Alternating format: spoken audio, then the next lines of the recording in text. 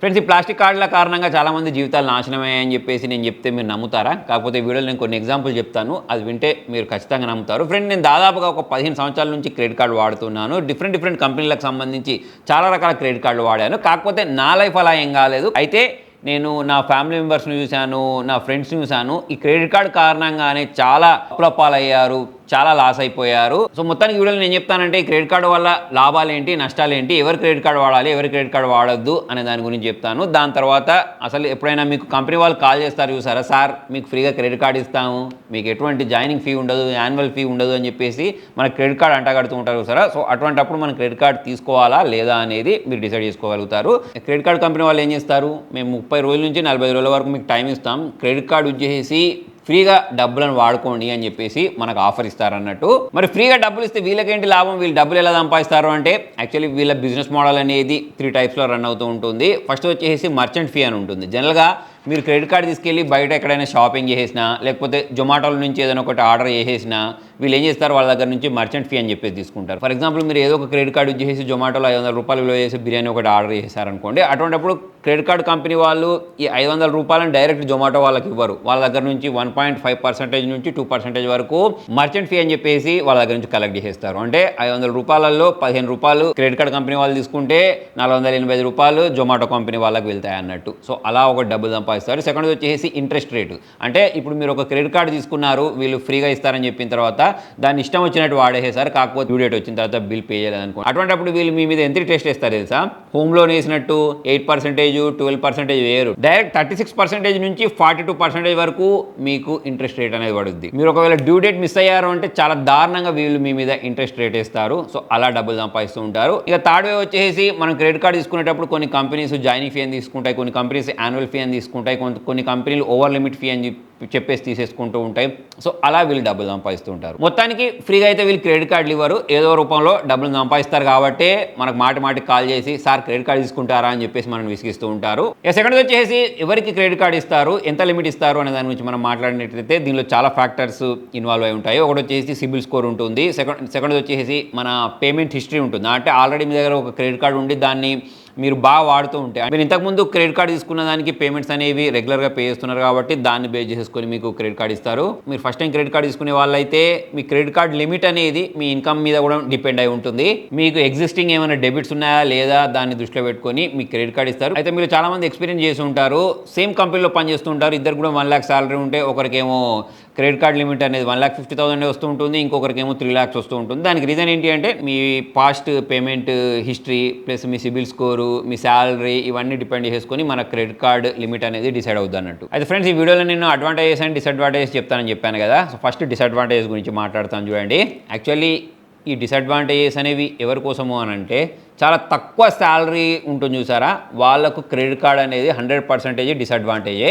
ఇప్పుడు మనకు శాలరీ అనేది ఒక 25,000 50,000 ఉండి మనకేమో ఐఫోన్ తీసుకోవాలి, లేకపోతే కార్ తీసుకోవాలి, బైక్ తీసుకోవాలి అని చెప్పేసి కోరికలు ఉంటాయి. దానికోసం మనం ఏం చేస్తాం, క్రెడిట్ కార్డు యూజ్ చేసి ఈఎంఐ రూపంలో ఇటువంటి వస్తువులను అయితే కొనుక్కుంటాం. దాని తర్వాత మనకి ఏదైనా ఒక మెడికల్ ఎమర్జెన్సీ వచ్చో, లేకపోతే ఫ్యామిలీ సిచ్యువేషన్ బాగాలేకో డబ్బులు అనేవి అటువంతా వెళ్ళిపోయి మనం క్రెడిట్ కార్డు బిల్లు పే చేయలేదనుకోండి, అటువంటిప్పుడు అసలు టార్చర్ అనేది స్టార్ట్ అవుద్ది. ఆల్రెడీ మా ఫ్యామిలీ ఫ్రెండ్స్లలో ఇలానే క్రెడిట్ కార్డు వాడి డబ్బులు పే చేయకపోతే వాళ్ళు కాల్ చేసి బూతులు తిట్టారు, ప్లస్ ఇంటికి వచ్చి హరాస్ చేశారు. అయితే ఇక్కడ పూర్తిగా క్రెడిట్ కార్డు కంపెనీ వాళ్ళకి తప్పు ఉందని చెప్పేసి నేను చెప్పట్లేదు. ఇప్పుడు చూడండి, మన శాలరీ వచ్చేసి 25,000 50,000 ఉన్నప్పుడు మనకు 1,50,000 ఫోన్ అనేది అవసరమా లేదా అనేది మనం ఫస్టే డిసైడ్ చేసుకోవాలి. లేదు నాకు ఆల్రెడీ శాలరీ అనేది చాలా బాగా వస్తుంది అని అనుకున్నప్పుడు మనం క్రెడిట్ కార్డు యూజ్ చేసినా తప్పేం లేదు. దీని గురించి కూడా మనం ముందు మాట్లాడదాం. అయితే ఫ్రెండ్స్, క్రెడిట్ కార్డు వాడే వాళ్ళు కంపల్సరీ ఈ బిల్లింగ్ సైకిల్ని చేసుకోండి. మనం క్రెడిట్ కార్డు తీసుకున్న తర్వాత మనకు 30 days నుంచి 45 days వరకు మనం క్రెడిట్ కార్డు వాడిన తర్వాత బిల్ పే చేయడానికి టైం ఇస్తారు. అయితే ఇక్కడ మనకు స్టేట్మెంట్ ఎప్పుడు జనరేట్ అవుతుంది, ఏ డేట్ రోజు జనరేట్ అవుతుంది అనేది తెలియలేదనుకోండి, అటువంటిప్పుడు ఓన్లీ మనకు 15 days to 20 days మాత్రమే ఉంటుంది. ఫర్ ఎగ్జాంపుల్, నేను హెచ్డిఎఫ్సికి సంబంధించిన కార్డు వాడుతున్నాను అనుకోండి, నా బిల్ అనేది 24th రోజు జనరేట్ అవుద్ది. 24th తర్వాత నేను క్రెడిట్ కార్డు వాడాను అనుకోండి, అటువంటిప్పుడు నాకు గ్రేస్ పీరియడ్ కలుపుకొని 45 days టైం దొరుకుద్ది. అలా కాకుండా ఇప్పుడు నా బిల్ జనరేషన్ డేట్ అనేది 24 అనుకోండి, నేను క్రెడిట్ కార్డు అనేది 23rd రోజు వాడాను అనుకోండి, అటువంటిప్పుడు నాకు ఎక్కువ టైం అనేది దొరకదు. ఓన్లీ నాకు 15 days to 20 days మాత్రమే టైం దొరుకుద్ది అన్నట్టు బిల్ రీపేమెంట్ చేయడానికి. కాబట్టి మనం క్రెడిట్ కార్డు తీసుకునేటప్పుడు దానిలో బిల్ అనేది ఎప్పుడు జనరేట్ అవుతుంది అనేది పక్కా తెలిసి ఉండాలి. ఫర్ ఎగ్జాంపుల్ 24వ తారీఖు ఉంటే మీరు 25వ తారీఖు వాడారనుకోండి, అటువంటిప్పుడు మీకు ఎక్కువ టైం దొరుకుద్ది ఆ బిల్ని రీపే చేయడానికి. అలా కాకుండా దానికంటే ముందు రోజు కానీ ఒక 5 రోజుల ముందు వాడారనుకోండి, అటువంటిప్పుడు మీకు తక్కువ టైం దొరుకుద్ది. మొత్తం చెప్పదలుచుకున్న ఉద్దేశం ఏంటి అంటే క్రెడిట్ కార్డ్ని తెలివిగా తెలుసుకొని వాడితే మనం అడ్వాంటేజ్లో ఉంటాం. క్రెడిట్ కార్డు గురించి తెలియకుండా వాడితే డిసడ్వాంటేజెస్లోకి వెళ్ళిపోతాం. అది ఫ్రెండ్స్, మనం క్రెడిట్ కార్డ్ని ఎప్పుడు వాడాలి తెలుసా? మనం ఏ వస్తువునైతే కొనుక్కుంటున్నామో దానికి సంబంధించిన డబ్బులు అనేవి ఆల్రెడీ మన డెబిట్ కార్డులో ఉండాలి. అంటే మన బ్యాంక్ అకౌంట్లో అంత డబ్బులు ఉంటే అప్పుడు మాత్రమే ఆ వస్తువుని మనం క్రెడిట్లో కొనుక్కోవాలి. చాలామంది క్రెడిట్ కార్డు ఎందుకు తీసుకుంటారు? ఐఫోన్ కొనుక్కోవడానికో, లేకపోతే నెలవారీ ఖర్చులను మనము క్రెడిట్ కార్డు ద్వారానే ఎల్లదీయడానికో క్రెడిట్ కార్డులు తీసుకుంటూ ఉంటారు సరే. సో వాళ్ళు చాలా ఇబ్బందులు పడుతూ ఉంటారు. అలా కాకుండా ఆల్రెడీ మన దగ్గర బ్యాంక్లో బ్యాలెన్స్ ఉంది, కాకపోతే క్రెడిట్ కార్డ్ వాడిన కారణంగా మనకి ఎక్కువ రివార్డ్ పాయింట్స్ వస్తాయి, డిస్కౌంట్ వస్తుంది. ఈ డబ్బులను మన ఫ్రెండ్స్కో ఫ్యామిలీ మెంబర్స్కో ఇచ్చినప్పుడు అక్కడ నుంచి ఎక్స్ట్రా ఇన్కమ్ జనరేట్ అవుద్ది, లేదా బ్యాంక్లో పెట్టినప్పుడు ఎక్స్ట్రా ఇన్కమ్ జనరేట్ అవుద్ది.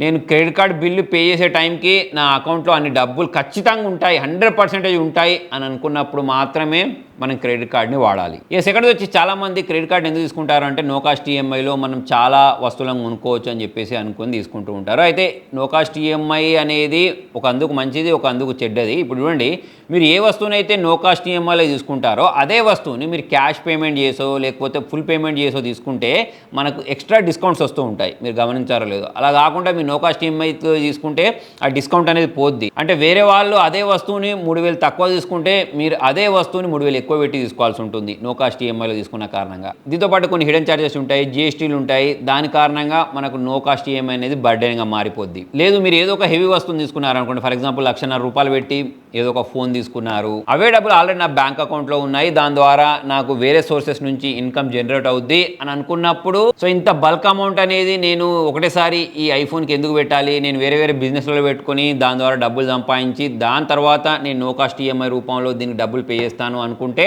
అప్పుడు మనకు నో కాస్ట్ ఈఎంఐ అనేది అడ్వాంటేజే. మొత్తం నేను చెప్పాల్సుకున్న దాని ఉద్దేశం ఏంటి అంటే మనం వాడే పద్ధతిలో ఉంటుంది. దీంతో పాటు నో కాస్ట్ ఈఎంఐ పెట్టుకుని మీరు ఏదైనా ఒక వస్తువు తీసుకున్నారు అని అంటే మీరు 3 నెలలు నో కాస్ట్ ఈఎంఐ పెట్టుకుంటే 3 నెలల పాటు మీ డబ్బులు అనేవి క్రెడిట్ కార్డులో బ్లాక్ అయిపోయినట్టే. అంటే ఆ డబ్బులను మీరు క్రెడిట్ కార్డు యూజ్ చేసేసి వాడలేరు. 6 months పెట్టుకుంటే, సంవత్సరం పెట్టుకుంటే అన్ని రోజుల పాటు ఆ డబ్బులు అనేవి మీకు క్రెడిట్ కార్డులో బ్లాక్ అయి ఉన్నట్టే. మీకు మల్టిపుల్ క్రెడిట్ కార్డ్స్ ఉంటే ఒక క్రెడిట్ కార్డులో బ్లాక్ అయినా పర్లేదు అనుకుంటే ఏం కాదనుకోండి. నెక్స్ట్ ఈ క్రెడిట్ కార్డ్స్ వల్ల మనకి ఇంకొక డిసడ్వాంటేజ్ ఏంటి తెలుసా? మన దగ్గర చేతిలో డబ్బులు ఉన్నాయనుకోండి, దాన్ని వాడేటప్పుడు ఆచితూచి వాడుతుంటాం. ఎందుకంటే డబ్బులు అనేవి మన చేతిలో నుంచి ఎదుటి వాళ్ళకి ఇస్తాం కాబట్టి ఎంత ఖర్చు చేస్తున్నాం, ఎప్పుడు ఖర్చు చేస్తున్నాము అనేది మనకు ఒక ఐడియా ఉంటుంది. కాకపోతే ఈ ప్లాస్టిక్ కార్డుల కారణంగా ఏమవుద్ది తెలుసా? మనం ఎంత డబ్బులు ఖర్చు చేస్తున్నాము అనేది మనకు డైరెక్ట్ కళ్ళతోటి కనబడదు. అంటే మన చేతిలో నుంచి డబ్బులు పోవు కదా, కార్డులో నుంచి డబ్బులు కట్ అవుతాయి కాబట్టి మనకి ఎక్కువ స్ట్రెస్ అనిపించకుండా మన డబ్బులను ఖర్చు చేసుకుంటూనే పోతూ ఉంటాం. యాక్చువల్లీ బ్యాంక్స్ అనేవి క్రెడిట్ కార్డులు తీసుకొచ్చిందే అందుకు అనుకోండి, మనకు తెలియకుండానే మన దగ్గర నుంచి డబ్బులు అనేవి ఆటోమేటిక్ వెళ్ళిపోతూ ఉంటాయి, మనం ఎక్కువ స్పెండ్ చేస్తూ ఉంటాం. అది ఫ్రెండ్స్, నాకు తెలిసిన ఒక ఫ్రెండ్ ఉన్నాడు, కోట్లు ఆస్తి ఉంటుంది, మంచి సిబిల్ స్కోర్ ఉంటుంది, మంచి ఆస్తి ఉంది.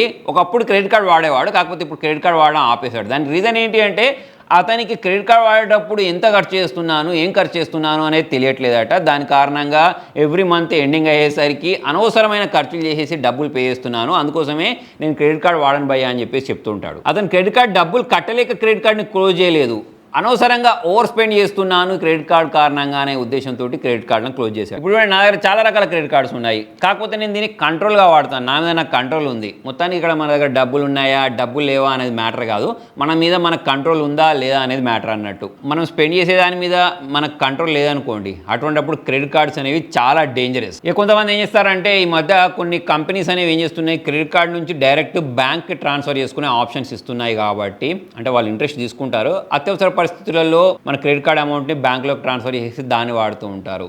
అయితే నేను ఇంతకుముందు చెప్పినట్టు మీకు ఏదైనా ఒక సోర్సెస్ నుంచి ఖచ్చితంగా డబ్బులు వస్తాయి అని అనుకున్నప్పుడు మాత్రమే మనం క్రెడిట్ కార్డ్ నుంచి డబ్బులను బ్యాంకులోకి ట్రాన్స్ఫర్ చేయాలి, లేకపోతే మాత్రం వీళ్ళు వేసే ఇంట్రెస్ట్ రేట్లను మీరు భరించలేరు. ఫ్రెండ్స్, ఇవైతే నాకు అనిపించిన డిసడ్వాంటేజెస్. మెయిన్గా ఇంట్రెస్ట్ ట్రాప్లో పడి మిడిల్ క్లాస్ ఫ్యామిలీ అనే వాళ్ళు ఈ క్రెడిట్ కార్డ్ కారణంగా చాలామంది నలిగిపోతారు. ఎప్పుడైనా సరే క్రెడిట్ కార్డ్ మనం వాడాలి అని అంటే అంత డబ్బులు అనేవి ఆల్రెడీ మన బ్యాంక్ అకౌంట్లో ఉంటేనే క్రెడిట్ కార్డ్ని వాడితే వాళ్ళు సేఫ్ సైడ్లో ఉంటారు. ఇక క్రెడిట్ కార్డ్ వాడడం తెలిసిన వాళ్ళకు అడ్వాంటేజెస్ అయితే చాలా ఎక్కువ ఉంటాయి. ఇక మరి మనం క్రెడిట్ కార్డ్ అడ్వాంటేజెస్ గురించి మాట్లాడినట్టయితే మనకు ఈ క్రెడిట్ కంపెనీ వాళ్ళు 45 days వరకు టైం ఇస్తారు మనం వాడిన క్రెడిట్ కార్డ్ బిల్లు తిరిగి పే చేయడానికి. నాకు తెలిసిన చాలామంది ఫ్రెండ్స్ ఉంటారు క్రెడిట్ కార్డ్ని చాలా బాగా వాడతారు. అంటే వాళ్ళకు అవసరమయ్యే ఇంటి అవసరాలకు సంబంధించిన వస్తువులైనా కానివ్వండి, లేకపోతే వేరే వేరే వస్తువులు అనేవన్నీ క్రెడిట్ కార్డ్ తోటి వాడి కొనుక్కుంటూ ఉంటారు. ఆల్రెడీ వాళ్ళ దగ్గర డబ్బులు ఉంటాయి సరే, దాన్ని తీసుకెళ్లి బిజినెస్లో పెట్టి దాని ద్వారా డబ్బులు సంపాదిస్తూ ఉంటారు. మొత్తం వాళ్ళకు గ్రేస్ పీరియడ్ తోటి కలుపుకుంటే ఈ క్రెడిట్ కార్డ్ బిల్ కట్టడానికి 45 days వస్తుంది. సో అంతలోపు వీళ్ళు బిజినెస్లో పెట్టిన డబ్బులు అనేవి వచ్చేస్తే అవే డబ్బులు తీసుకెళ్లి క్రెడిట్ కార్డు కడుతూ ఉంటారు. సో అలా క్రెడిట్ కార్డ్ని ప్రాపర్గా యూజ్ చేసుకొని డబ్బులు సంపాదించుకునే వాళ్ళు చాలా మంది ఉంటారు. మొత్తానికి మన దగ్గర ఉండే డబ్బులను వాడకుండా బ్యాంక్ డబ్బులను వాడుకుంటారు అన్నట్టు. మొత్తానికి వాళ్ళ నిత్యావసర వస్తువులు అనేవి వాళ్ళ దగ్గర ఉండే క్యాష్ ద్వారా కాకుండా క్రెడిట్ కార్డు ద్వారా వాడి వాళ్ళ దగ్గర ఉండే డబ్బులను ఇన్వెస్ట్ చేసి దాంతో డబ్బులు సంపాదిస్తూ ఉంటారు. ఇంకొక అడ్వాంటేజ్ ఏంటి అంటే ఇప్పుడు ఆన్లైన్లో మనం ఏదైనా డ్రెస్సెస్ కొనుక్కున్నా లేకపోతే ఏదైనా ఒక వస్తువులు కొనుక్కున్నా మనకు డిస్కౌంట్ అనేది వస్తూ ఉంటుంది 10%, 15%. సో దానికోసం మనం క్రెడిట్ కార్డు వాడవచ్చు. ఆల్రెడీ మన అకౌంట్లో డబ్బులు ఉన్నాయి, కాకపోతే ఆ డబ్బులను వాడితే డిస్కౌంట్ రాదు కదా, క్రెడిట్ కార్డు వాడితే డిస్కౌంట్ వస్తుంది కదా. సో అటువంటిప్పుడు మనం క్రెడిట్ కార్డుని వాడచ్చు, అదొక అడ్వాంటేజ్ ఉంటుంది. నెక్స్ట్ ఇంకొక అడ్వాంటేజ్ వచ్చేసి క్రెడిట్ కార్డు వాడిన తర్వాత మనకు రివార్డ్ పాయింట్స్ అనేవి వస్తూ ఉంటాయి. ఈ రివార్డ్ పాయింట్స్ని మనము క్యాష్లోకి రిడీమ్ చేసుకోవచ్చు లేదా వౌచర్లోకి రిడీమ్ చేసుకోవచ్చు. ఇప్పుడు మనకు అమెజాన్ వౌచర్స్ వస్తూ ఉంటాయి, ఫ్లిప్కార్ట్ వౌచర్స్ వస్తూ ఉంటాయి, చాలా రకాల వౌచర్స్ వస్తూ ఉంటాయి. సో ఆ వౌచర్స్లోకి రిడీమ్ చేసేసుకుంటే దాని ద్వారా మనకు డబ్బులు అనేవి వస్తూ ఉంటాయి. సో దాని ద్వారా మనం షాపింగ్ చేసుకోవచ్చు. అంటే మొత్తానికి అవి డబ్బులు అన్నట్టే, కాకపోతే వాటిని మనం షాపింగ్ కోసం యూజ్ చేసుకోవచ్చు. లేదా అవే రివార్డ్ పాయింట్స్ని మీరు బ్యాంక్లోకి రిడీమ్ చేసుకోవాలి అంటే రిడీమ్ చేసుకోవచ్చు, కాకపోతే అవి కొంచెం తక్కువ వస్తాయి. అలా బ్యాంక్లోకి రిడీమ్ చేసుకోకుండా వౌచర్స్ రూపంలో తీసుకుంటే కొంచెం డబ్బులు అనేవి ఎక్కువ వస్తాయి అన్నట్టు. దీంతో పాటు క్రెడిట్ కార్డు కారణంగా మన సిబిల్ స్కోర్ అనేది పెరుగుద్ది. అంటే మీరు క్రెడిట్ కార్డు వాడుకుంటూ టైమ్లీ పేమెంట్ చేశారనుకోండి, అది కూడా 30% కంటే మన క్రెడిట్ లిమిట్ అనేది ఎక్కువ అవ్వకుండా చూసుకుంటే, అంటే మనకు ఒక ₹1,00,000 లిమిట్ ఇచ్చారనుకోండి, దానిలో మనం 30,000 వాడుకుంటూ ప్రాపర్గా క్రెడిట్ కార్డు మెయింటైన్ చేసినట్టయితే మన సిబిల్ స్కోర్ పెరుగుద్ది. సిబిల్ స్కోర్ పెరిగితే లాభం ఏంటి అంటే మీరు ఇన్ ఫ్యూచర్ హోమ్ లోన్ తీసుకోవాలన్నా, కార్ లోన్ తీసుకోవాలనుకున్నా మనకు ఇంట్రెస్ట్ రేట్ అనేది తక్కువ పడుద్ది. ఎంత ఎక్కువ సిబిల్ స్కోర్ ఉంటే మనకి ఇంట్రెస్ట్ రేట్ అనేది అంత తక్కువ పడుద్ది. ప్లస్ లోన్ అనేది అప్రూవ్ అవ్వడానికి ఛాన్సెస్ అనేవి ఎక్కువ ఉంటాయి. ప్లస్ బ్యాంక్ వాళ్ళు మనకు ఎక్కువ లోన్ ఇస్తారు అన్నట్టు. కాబట్టి సిబిల్ స్కోర్ అనేది చాలా ఇంపార్టెంట్. సిబిల్ స్కోర్ పెంచుకోవడానికి చాలా రకాల పద్ధతులే ఉండొచ్చు, కాకపోతే క్రెడిట్ కార్డు యూజ్ చేసి దాన్ని సక్రమంగా పే చేసుకుంటూ దాన్ని ప్రాపర్గా వాడామనుకోండి, అటువంటిప్పుడు మన సిబిల్ స్కోర్ అనేది ఫాస్ట్గా పెరుగుకుంటూ పోద్ది. అయితే మనం క్రెడిట్ కార్డ్ అనేది సక్రమంగా వాడలేదనుకోండి, అటువంటిప్పుడు మన సిబిల్ స్కోర్ అనేది దారుణంగా పడిపోద్ది. సిబిల్ స్కోర్ అనేది పడిపోయింది అనుకోండి, మనకు బ్యాంక్ వాళ్ళు ఎటువంటి హోమ్ లోన్స్ ఇవ్వరు, కార్ లోన్స్ ఇవ్వరు. ఒకవేళ మన సిబిల్ స్కోర్ అనేది బాగాలేకపోతే వేరే వాళ్ళకు 10% ఇంట్రెస్ట్కి హోమ్ లోన్ అనేది శాంక్షన్ అయింది అనుకోండి, మన సిబిల్ స్కోర్ లేని కారణంగా 12%, 14% ఇంట్రెస్ట్కి మనకు హోమ్ లోన్ అనేది శాంక్షన్ అవుద్ది. సేమ్ హోమ్ లోన్ అనేది మీ ఫ్రెండ్కి 50 లక్షలు వచ్చింది అనుకోండి, మీకేమో 40 లక్షలే వస్తుంది. సో మన ఇక్కడ సిబిల్ స్కోర్ అనేది డ్రాప్ అయిపోతే మనకు డిసడ్వాంటేజ్ కూడా ఉంటుంది. మొత్తానికి క్రెడిట్ కార్డ్ అనేది మనం 30% కంటే తక్కువ లిమిట్లో వాడుకుంటూ ప్రాపర్గా పేమెంట్ చేస్తే సిబిల్ స్కోర్ అనేది పెరుగుద్ది. ఇంకొక అడ్వాంటేజ్ గురించి మాట్లాడితే ఎక్కువగా ఎవరైతే ట్రావెల్ చేస్తూ ఉంటారో వాళ్ళకు లాంజ్ యాక్సెస్ అనేది దొరుకుద్ది. అంటే మనకు ఫ్లైట్ అనేది డిలే అయిపోయింది అనుకోండి, అటువంటి అప్పుడు మనం ఎయిర్పోర్ట్లో కొనుక్కొని తినొచ్చు, కాకపోతే ఎక్కువ కాస్ట్ ఉంటుంది. అలా కాకుండా మనకు అక్కడ లాంజెస్ అని ఉంటాయి, చాలా బాగుంటాయి. ₹2 పే చేస్తే మనకు ఫ్రీగా లాంజ్ యాక్సెస్ ఇస్తారు. నేను జనరల్గా ఎక్కువ ట్రావెల్ చేస్తూ ఉంటాను కాబట్టి ఇటువంటి అన్ని ఎక్కువ కార్డులు పెట్టుకొని తిరుగుతూ ఉంటాను. అయితే ఇన్ని కార్డ్స్ ఉన్నాయి కదా, దీనిలో మాత్రం ఒకటి నాకు బయటికి వెళ్ళినప్పుడు ఇట్లా ప్రియారిటీ పాస్ అని చెప్పేసి మనకు బ్యాంక్ వాళ్ళు ఇస్తారు. ఇది ఇంటర్నేషనల్కి వెళ్ళినప్పుడు మనకు ఫ్రీగా లాంజ్ యాక్సెస్ చేయడానికి పనిచేస్తుంది. అలా కాకుండా మీకు లోకల్లో ఫ్రీగా లాంజ్ యాక్సెస్ కావాలి అంటే ఇటువంటి స్కాపే కార్డులను అయితే యూజ్ చేయొచ్చు. అయితే ఈ స్కాపే కార్డ్ తోటి ఇంకొక అడ్వాంటేజ్ ఏంటి అంటే మీరు వేరే కంట్రీలోకి వెళ్ళారనుకోండి, మనం అక్కడ షాపింగ్ చేసామనుకోండి, అటువంటిప్పుడు మనకు ఫారెక్స్ ఛార్జెస్ అనేవి పడుతూ ఉంటాయి. ఆ ఫారెక్స్ ఛార్జెస్ అనేవి మనకు తక్కువ పడాలన్నా, మనం అక్కడ కార్డు యూజ్ చేసి ఏటీఎం నుంచి డబ్బులు డ్రా చేసేటప్పుడు ఛార్జెస్ అనేవి తక్కువ పడాలనుకుంటే మనం ఈ స్కాపే కార్డ్ని అయితే యూజ్ చేయొచ్చు. ఇదేం ప్రమోషన్ ఏం కాదు. ఇప్పుడు చూడండి, నా దగ్గర నియో గ్లోబల్ కార్డు కూడా ఉంది. దీన్ని యూజ్ చేసి కూడా నేను విత్డ్రా చేసి చూశాను. కాకపోతే దీనిలో నాకు ఛార్జెస్ అనేవి ఎక్కువ పడ్డాయి, దీనిలో ఛార్జెస్ అనేవి తక్కువ పడ్డాయి. ఆల్రెడీ నేను చాలా రకాల కార్డులను వాడి యూజ్ చేసిన తర్వాత నేను మీకు దీని గురించి చెప్తున్నాను. ప్లస్ దీనిలో మనకు ఎటువంటి జాయినింగ్ ఫీ ఉండదు, యాన్యువల్ ఫీ ఉండదు. కాకపోతే దీనిలో మనకు ఒక డిసడ్వాంటేజ్ ఏంటి అంటే ప్రీవియస్ మంత్ మనము దీన్ని యూజ్ చేసి ఉండాలి. అంటే ఒక 20,000 ఏమో యూజ్ చేసి ఉంటేనే మనకు లాంజ్ యాక్సెస్ అనేది ఫ్రీ ఉంటుంది. అలా కాకుండా వేరే కంట్రీలోకి వెళ్ళేసి దీని క్రెడిట్ కార్డ్ని వాడుకొని మనము షాపింగ్ చేస్తామనుకుంటే బాగానే ఉంటుంది. ఓన్లీ స్కాపే కార్డ్ అనే కాదు, మీరు లాంజ్ యాక్సెస్ చేయాలి అని అంటే ఎంతో కొంత స్పెండ్ చేస్తూ ఉండాలి. అంటే ప్రీవియస్ ప్రీవియస్ మంత్స్లో. అటువంటిప్పుడు మాత్రమే మనకి లాంజ్ యాక్సెస్ అనేది దొరుకుద్ది. ఆల్రెడీ నా దగ్గర ఫారెక్స్ కార్డ్ ఉంది, కాకపోతే దీనిలో మనం డబ్బులను లోడ్ చేసుకుంటేనే మనం దాన్ని వాడుకోవస్తుంది. కాకపోతే ఈ స్కాపే కార్డులో ఏంటంటే ఇది క్రెడిట్ కార్డు కాబట్టి మనం దీనిలో డబ్బులు లోడ్ చేయాల్సిన అవసరం లేదు, మనకు లిమిట్ ఇస్తారు, దాన్ని వాడుకుంటే సరిపోద్ది. ఇప్పుడు నేను వాడే కార్డులలో ఈ స్కాపే కార్డు నాకు బాగా యూజ్ అయింది, ఈ టాటా న్యూ కార్డు ఒకటి బాగా యూజ్ అయింది, ఇంకోటి హెచ్డిఎఫ్సి వాళ్ళకి సంబంధించిన రెగాలియా కార్డు యూజ్ అయింది. కాకపోతే దాన్ని వాడితేనే మనకు ఈ ప్రయారిటీ పాస్ దొరుకుద్ది కాబట్టి అదైతే గుర్తుపెట్టుకోవాలి. వీటన్నిటికి సంబంధించిన లింక్స్ అనేవి కింద డిస్క్రిప్షన్లో ప్రొవైడ్ ఇస్తాను, మీరు కావాలంటే అక్కడ నుంచి మీరు ఈ క్రెడిట్ కార్డుకి అప్లై చేసుకోవచ్చు. ఫ్రెండ్స్, వీడియో ఆల్రెడీ ఇప్పటికే పెద్దగా అయిపోయింది, కాకపోతే కొన్ని పాయింట్స్ ఉన్నాయి, వీటిని మాత్రం పక్కా గుర్తుపెట్టుకోండి. సో దానిలో ఫస్ట్ వచ్చేసి మనం క్రెడిట్ కార్డ్ వాడినప్పుడు మనకు రివార్డ్ పాయింట్స్ వస్తాయి. ఆ రివార్డ్ పాయింట్స్ అనేవి ఎక్స్పైర్ అవుతూ ఉంటాయి. అవి ఎక్స్పైర్ అవ్వకముందే మీరు దాన్ని రిడీమ్ చేసేసుకోండి. నేను చాలాసార్లు అలా రిడీమ్ చేసుకోని కారణంగా అవి వేస్ట్ అయిపోయాయి. సెకండ్ వచ్చేసి ఎప్పుడైనా సరే మీ దగ్గర ఉండే ఓల్డ్ క్రెడిట్ కార్డ్స్ని క్లోజ్ చేయకండి, దాని కారణంగా మీ సిబిల్ స్కోర్ మీద ఇంపాక్ట్ పడుద్ది. థర్డ్ వచ్చేసి ఎప్పుడైనా సరే మల్టిపుల్ క్రెడిట్ కార్డ్స్కి వెంటనే అప్లై చేయకండి, దాని కారణంగా మీ సిబిల్ స్కోర్ అనేది పడిపోద్ది. ప్లస్ ఎప్పుడైనా సరే క్రెడిట్ కార్డ్ కోసం మీరు అప్రోచ్ అవ్వకండి, వాళ్ళే మీకు కాల్ చేస్తూ ఉంటారు చూసారా, సార్ మీకు క్రెడిట్ కార్డ్ అనేది అప్రూవ్ అయింది అని చెప్పేసి. సో అటువంటి ప్రీ అప్రూవ్డ్ క్రెడిట్ కార్డ్స్ తీసుకున్నారనుకోండి, అటువంటిప్పుడు మన ఈ సిబిల్ స్కోర్ మీద ఎక్కువ ఇంపాక్ట్ పడదు. ఇంకోటి చాలా క్రెడిట్ కార్డ్ కంపెనీస్ అనేవి మనకు యాడ్ ఆన్ కార్డ్స్ ఇస్తూ ఉంటాయి, ఫ్యామిలీ మెంబర్స్కి ఆ కార్డ్స్ ఇవ్వచ్చు. కాకపోతే గుర్తుపెట్టుకోండి, వాళ్ళు ఇష్టం వచ్చినట్టు ఖర్చు చేశారనుకోండి, ఆ బర్డన్ అనేది మీ మీదే పడుద్ది. కాబట్టి ఈ యాడ్ ఆన్ కార్డ్స్ తీసుకోకపోవడమే బెస్ట్. ఒకవేళ మీరు కంట్రోల్ చేయగలుగుతారు ఎదుటి వాళ్ళను అని అనుకున్నప్పుడు యాడ్ ఆన్ కార్డ్స్ని తీసుకోవచ్చు. నెక్స్ట్ వచ్చేసి ఎప్పుడైనా సరే క్రెడిట్ కార్డు వచ్చేసి ఏటీఎంల నుంచి డబ్బులను విత్డ్రా చేయకండి, చాలా ఎక్కువ చార్జెస్ పడతాయి, చాలా ఎక్కువ ఇంట్రెస్ట్ ఇస్తారు. దీంతో పాటే మనం క్రెడిట్ కార్డు వాడితే లాంజ్ యాక్సెస్ ఫ్రీగా ఇస్తారని చెప్పాను కదా, సో అవేం అన్లిమిటెడ్ ఉండవు. నేను ఇలానే లాస్ట్ టైం ఫ్రెండ్ తోటి ఈజిప్ట్కి వెళ్ళినప్పుడు ఖతర్ ఎయిర్పోర్ట్లో ఆగాను. సో అక్కడ లాంజ్ అనేది ఫుల్ అయి ఉండే, ప్రయారిటీ పాస్ ఉంది కాబట్టి లోపలికి ఎంట్రీ ఇచ్చారు. దాని తర్వాత అంటే టైం ఉంటుంది, అలా 6 hours ఏమో ఉంటుంది. 6 hours అయిపోయిన తర్వాత నా ఫ్లైట్ అనేది డిలే ఉంది కాబట్టి నేను సేమ్ ప్రయారిటీ పాస్ తీసుకెళ్ళి మళ్ళీ 6 hours అయిన తర్వాత తీసుకెళ్ళి ఇవ్వమంటే ఇచ్చాను. దాని తర్వాత వాళ్ళు నాకు పర్సన్కి 1500 రూపీస్ ఛార్జ్ చేశారు, అంటే ఇద్దరు కలిపి 3000 రూపాయలు అనేవి ఛార్జ్ చేసేసారు. కాబట్టి లాంజ్ యాక్సెస్ అనేది అన్లిమిటెడ్ ఉండదు, దాన్ని గుర్తుపెట్టుకోండి. నెక్స్ట్ వచ్చేసి చాలామంది క్రెడిట్ కార్డు వచ్చేసి మన నెట్ఫ్లిక్స్ సబ్స్క్రిప్షన్ తీసుకోవడము, ఆన్లైన్లో ఏదో ఒక వస్తువులను కొనుక్కోవడము, సబ్స్క్రిప్షన్ తీసుకోవడం లాంటివి తీసుకుంటూ ఉంటారు. కాకపోతే దానిలో మనకు ఆటో పే అని చెప్పేసి ఒక ఆప్షన్ ఉంటుంది, దాని కనుక మీరు డిలీట్ చేయలేదనుకోండి, మళ్ళీ ఆ రెన్యువల్ వచ్చే టైంకి అది మీకు అవసరం ఉన్నా అవసరం లేకపోయినా సరే మీ క్రెడిట్ కార్డుల నుంచి డబ్బులు కట్ అయిపోతాయి. కాబట్టి దాన్ని మీరు ఆఫ్ చేయడం లేకపోతే డిలీట్ చేయడం మాత్రం మర్చిపోకండి. దీంతో పాటు క్రెడిట్ కార్డు తీసుకున్న తర్వాత యాన్యువల్ ఫీ వేవర్ ఉంటుంది అని చెప్పేసి చాలా మంది మన క్రెడిట్ కార్డులను అంటగడుతూ ఉంటారు. అంటే మీరు సంవత్సరానికి 50,000 స్పెండ్ చేస్తే, 1,00,000 స్పెండ్ చేస్తే మీరు ఎటువంటి ఫీ పే చేయాల్సిన అవసరం లేదని చెప్పేసి చెప్తూ ఉంటారు. కాకపోతే అది అన్నిటికీ అప్లికేబుల్ కాదు. Fuel, utility bills rent pay చేసి నేను కంప్లీట్ చేశానని అనుకుంటూ ఉంటారు. మరి వాళ్ళు ఇటువంటివి ఇంక్లూడ్ చేశారా లేదా అనేది మీరు ఫస్టే కనుక్కోండి.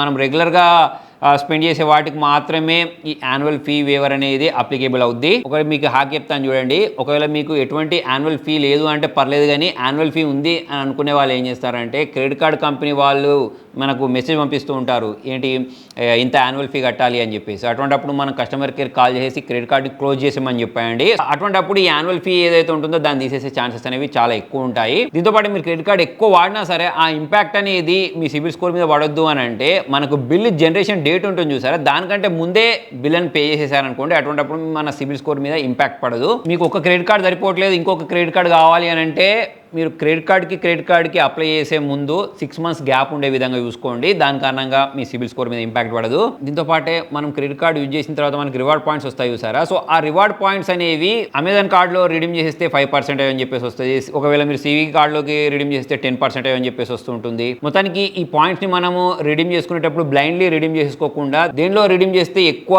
బెనిఫిట్స్ వస్తాయని చూసి రిడీమ్ చేసుకోండి. నేను చాలాసార్లు ఈ రివార్డ్ పాయింట్స్ని తెలియక డైరెక్ట్ బ్యాంక్లోకి రిడీమ్ చేసుకున్నాను. దాని తర్వాత తెలిసింది ఏంటి అంటే మనం వౌచర్ రూపంలోకి రిడీమ్ చేసుకుంటే ఎక్కువ బెనిఫిట్స్ ఉంటాయని చెప్పేసి తెలిసింది. దీంతో పాటు మీకు అనిపించవచ్చు ఇలా మల్టిపుల్ కార్డ్స్ని నేను ఎందుకు తీసుకున్నానని చెప్పేసి. మనము క్రెడిట్ కార్డ్ తీసుకునేటప్పుడు అన్ని కార్డ్స్ అనేవి ఒకే విధంగా పనిచేయవు. నేను ఇంతకుముందు చెప్పినట్టు డొమెస్టిక్ లేదా ఇంటర్నేషనల్లో ట్రావెల్ చేసేటప్పుడు నేను ఈ స్కాపే కార్డు యూజ్ చేస్తూ ఉంటాను. అలా కాకుండా ఆన్లైన్లో షాపింగ్ చేసేటప్పుడు ఈ టాటా న్యూ కార్డు యూజ్ చేస్తూ ఉంటాను, ఎందుకంటే దీనిలో నాకు రివార్డ్ పాయింట్స్ అనేవి ఎక్కువ వస్తూ ఉంటాయి. మొత్తానికి మనం చేసే పనుల ఆధారంగా మనం డిఫరెంట్ క్రెడిట్ కార్డులను వాడితే మనకి ఎక్కువ బెనిఫిట్స్ ఉంటూ ఉంటాయి.